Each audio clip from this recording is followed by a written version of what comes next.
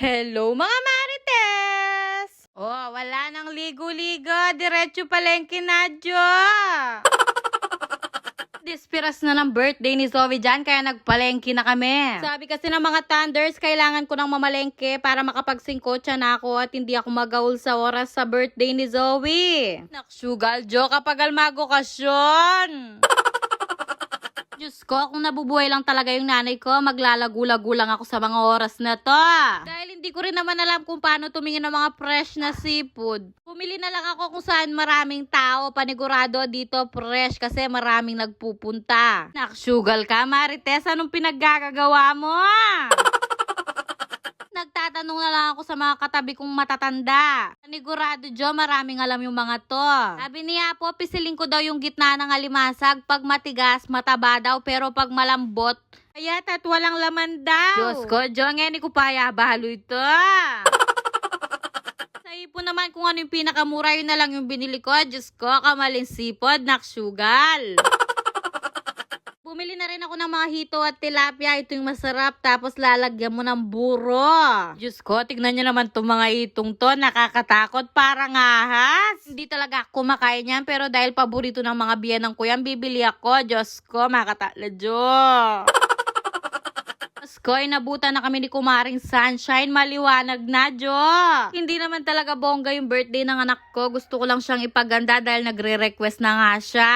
Kaya nag-decide na lang talaga kaming ilang putay na lang yung iluluto namin. Loko, nagmura na yung sibuyas, Jo. Diyan ang mga sibuyas na yan. Pinakamahal-mahal nila yung presyong parang ginto. Buti na lang talaga, Jo, ngayong birthday ni Zoe, nagmura na yung mga gulay. Oh, siguro naman, Marites, dito sa gulay, alam mo na kung ano yung presyo at bilasan. Naksugal ka. Ko, followers ko pa yung mga nagtitinda dito. Pangalasa dane, Jo.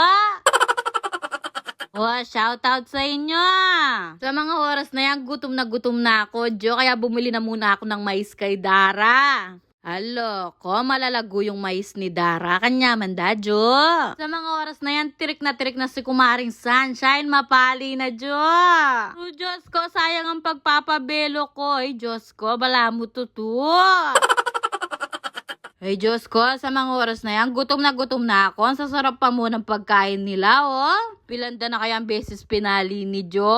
Chares! Pero in fairness naman talaga, Jo, masarap yung pagkain nila dito. Diyos ko, sana ganito yung kalabasan ng lasang lulutuin ko, naksugal. Aminado naman ako, Jo, nakapampangan ako, pero hindi ganun kasarap yung luto ko.